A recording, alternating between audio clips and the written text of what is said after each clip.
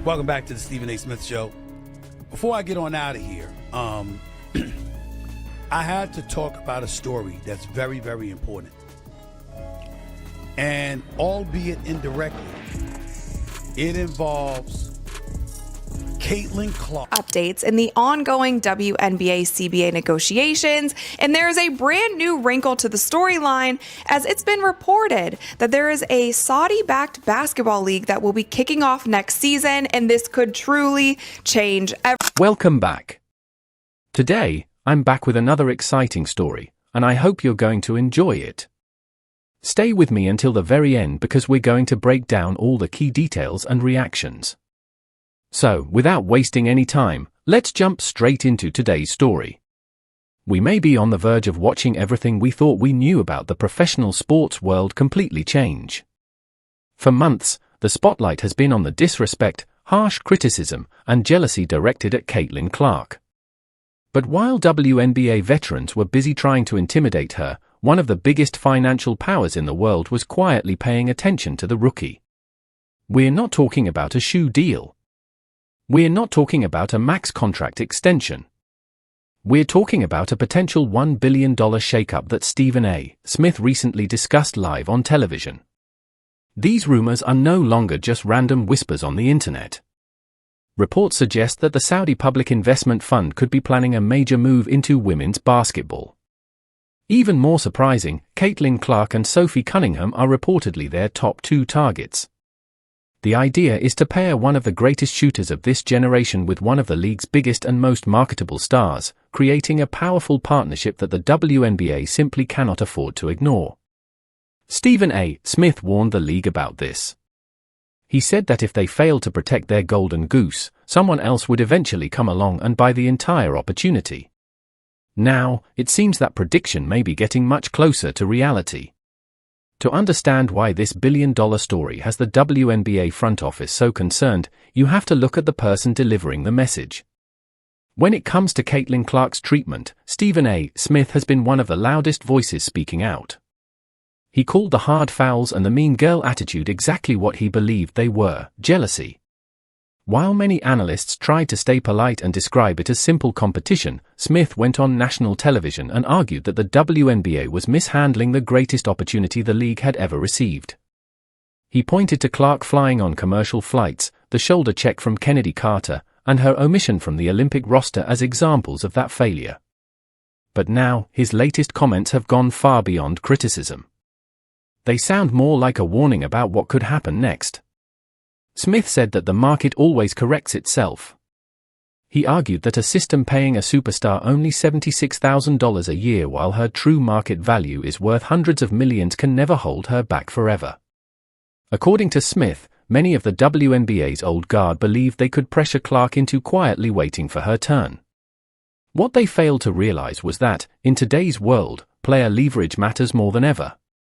Smith believes these outside investment rumors prove one thing: loyalty ends the moment disrespect begins. In other words, he's saying, "I told you so." The league treated her like an opponent, and now she could become a competitor instead. That's where the entire loyalty argument begins to fall apart. So, let's take a closer look at the numbers. The WNBA operates under a strict salary cap. Caitlin Clark signed a four-year rookie contract worth about $338,000, which meant she earned roughly $76,000 during her first season. To put that into perspective, some NBA bench players make that amount in just 1 week. For years, the WNBA has defended its pay structure by saying the league simply doesn't generate enough revenue. League officials have often said the business has lost money for more than 27 years. But here's the part that changes everything. Caitlin Clark helped change that story in only a few months. Since she entered the league, attendance has surged, television ratings have reached record highs, and jersey sales have exploded, bringing millions of dollars into the WNBA. In return, she earns a salary that barely covers the cost of living in a major city. That's why the Saudi rumors are becoming harder and harder to ignore.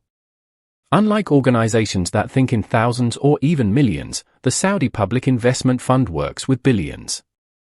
When they look at a player like Caitlin Clark, they don't see a rookie who still has to prove herself. They see a global superstar whose value is being massively underestimated. If the reports about a $1 billion investment into a new league or tournament are true, the offer to Clark would be far more than just another player contract. It would be the foundation of an entirely new empire. We're talking about a massive upfront payout. A payout on that level could be worth more than the combined lifetime earnings of every current WNBA player. When you compare a check like that to a yearly salary of just $76,000, it hardly feels like a decision at all. But this story goes far beyond one player becoming incredibly wealthy. It's a much bigger strategic move with global implications.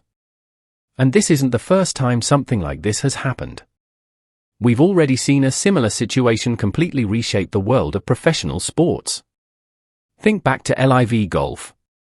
For years, the PGA Tour controlled everything, from the players and the prize money to the schedule itself. Then the Saudis entered the picture. They didn't try to work alongside the PGA Tour. Instead, they went directly after the players. They reportedly offered stars like Dustin Johnson and Phil Mickelson hundreds of millions of dollars just to join the new league. The media erupted with criticism. Many labeled it sports washing, while others accused the players of chasing money. But in the end, the financial power was impossible to ignore, and eventually the PGA Tour was forced to negotiate and move toward a partnership. Now, many insiders believe women's basketball could be following that same path. The WNBA appears vulnerable. Players continue to raise concerns about low salaries, many of the league's biggest stars have voiced frustration, and travel conditions were a major complaint for years. All of that creates the perfect opportunity for a serious challenge. By targeting Caitlin Clark, the Saudis wouldn't just be signing one player. They would be going after the very center of the sport. Without Clark, the WNBA loses much of the attention it has gained. With her, a new Saudi-backed league could instantly become one of the biggest stories in sports. But no league can survive with only one superstar. It also needs rivalries, recognizable personalities, and players who attract fans. That's where the rumors surrounding Sophie Cunningham come into the picture. Why Sophie? Why not Brianna Stewart or Aja Wilson? According to the speculation, the answer comes down to marketability and audience appeal. Sophie Cunningham has built a strong personal brand through her fearless style of play and her growing fan base.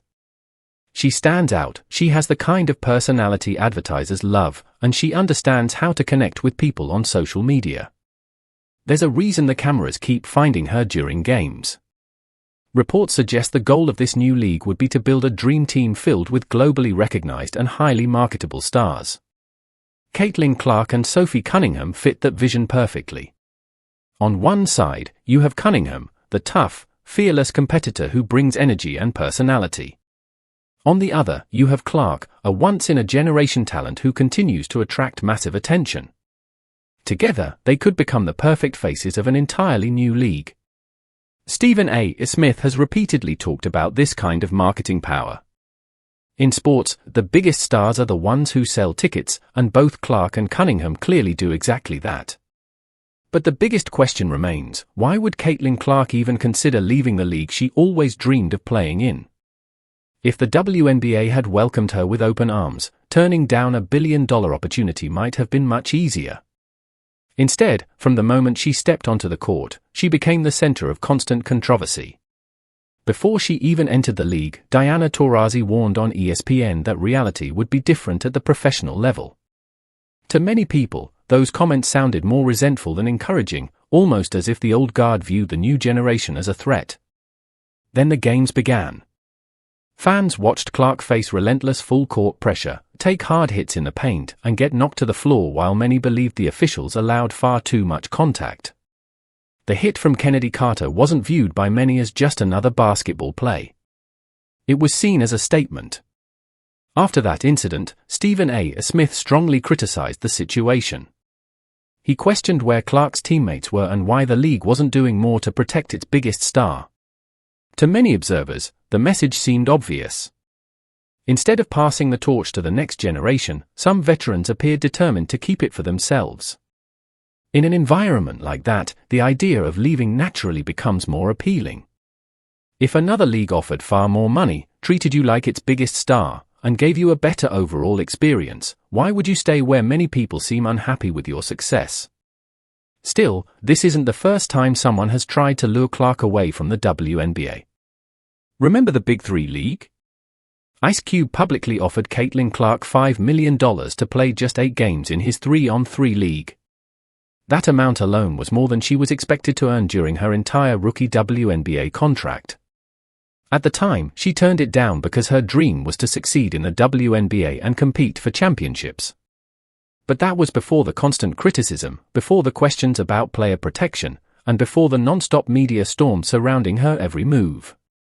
Now, according to the rumors, the reported Saudi proposal makes Ice Cube's offer look small by comparison. The biggest difference is the overall vision. Reports claim the Saudi project wouldn't simply offer a side opportunity. It would create an entirely new league with fewer games, luxury travel, no salary cap, and the appeal of a global tour. It promises solutions to many of the concerns players have raised for years. Ice Cube proved there was interest in paying elite players far more than the WNBA currently can. The Saudis are showing that they have the financial resources to match what many believe is the true market value of these stars, and they have the ability to make that investment sustainable for years to come. Now, let's look at this situation from the perspective of WNBA Commissioner Cathy Engelbert's office. If these rumors are true, the league could be facing a major crisis.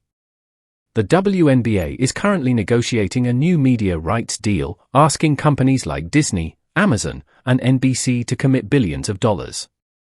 The biggest selling point behind those negotiations is the Caitlin Clark effect. The league is presenting record-breaking television ratings, rising attendance, and rapidly growing fan interest as proof that the WNBA deserves a much larger media deal. But if Clark were to accept an offer from a competing league, that bargaining power could disappear overnight. Without Clark, networks may not be willing to invest billions in the WNBA. Many believe they are paying for the Clark phenomenon as much as they are paying for the league itself. If she leaves, the television deal could lose much of its value. And if that deal falls apart, every player expecting a larger share of future revenue could feel the impact. That's where the irony comes in. Some believe the veterans who were critical of Clark may have ended up hurting the very player who helped bring new money into the league. Stephen A. Smith has repeatedly hinted at this idea by saying that if you bite the hand that feeds you, you shouldn't expect it to keep feeding you. Now we have to address the biggest topic surrounding these Saudi rumors. Whenever the Saudi Public Investment Fund becomes involved in sports, the moral debate quickly follows. We saw it with LIV Golf, and we saw it again when Cristiano Ronaldo joined the Saudi Pro League. Critics often point to human rights concerns and argue that sports are being used to improve the country's global image. However, Stephen A. Smith has often argued that principles alone do not pay the bills. He has also pointed out that many people overlook financial relationships in other parts of the sports world while focusing only on Saudi investments. The criticism surrounding golfers accepting Saudi money dominated headlines for months before much of the public eventually moved on. Female athletes, who have spent years earning far less than many of their male counterparts, face an even more difficult decision. If a player is making only around $70,000 a year and another opportunity offers millions, many people wonder whether it is fair to criticize that choice. Fans online may disagree, but history has often shown that audiences follow the biggest stars wherever they compete. If Caitlin Clark and Sophie Cunningham were playing anywhere in the world, many fans would still tune in. Public outrage often fades with time, but life-changing financial opportunities can benefit athletes and their families for generations. Now let's take a closer look at the rumored connection between Sophie Cunningham and this proposed league. Reports suggest that the new competition may not follow the traditional city-based team model. Instead, it could operate more like a global tour, similar to professional golf or tennis.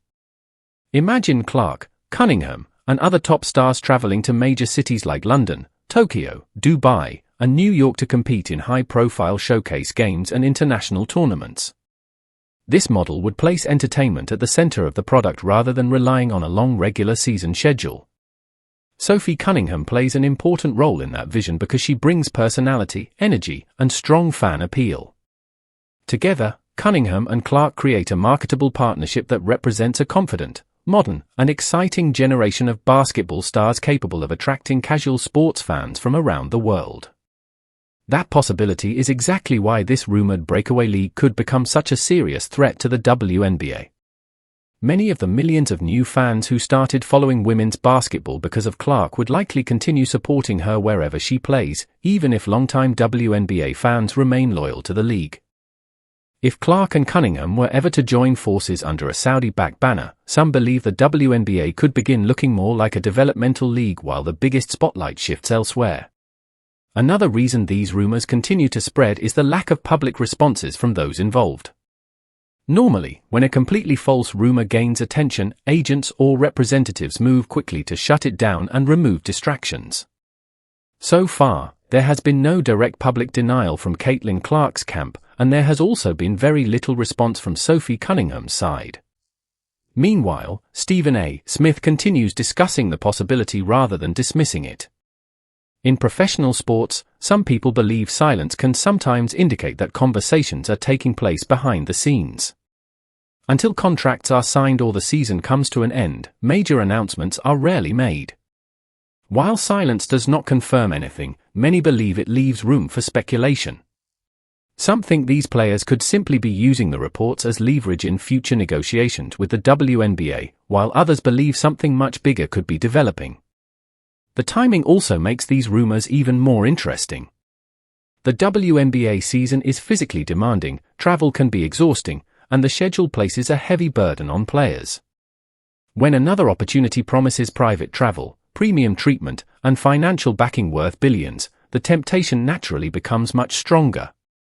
Some observers believe the current silence reflects the growing realization that the players may now have more leverage than ever before. So what could all of this mean? If these reports ever become reality, women's basketball could be approaching one of the biggest turning points in its history. Stephen A. Smith believes the WNBA had a chance to fully embrace its future but instead allowed controversy, poor decisions, and internal conflict to create distance between the league and its brightest star. According to the rumors, the reported $1 billion Saudi proposal involving Caitlin Clark and Sophie Cunningham would represent far more than another contract. It would represent a complete shift in the business of women's basketball. The message would be simple. If the traditional system refuses to properly reward its biggest stars, someone else will. If that happens, the next chapter of Caitlin Clark and Sophie Cunningham's careers may not be written in WNBA uniforms at all. Whether that actually happens remains uncertain. The only question is whether these rumors eventually become reality, because if they do, the sports world may never look the same again. So now the question is for you. If Caitlin Clark and Sophie Cunningham joined a new breakaway league, would you continue watching the WNBA, or would you follow them instead?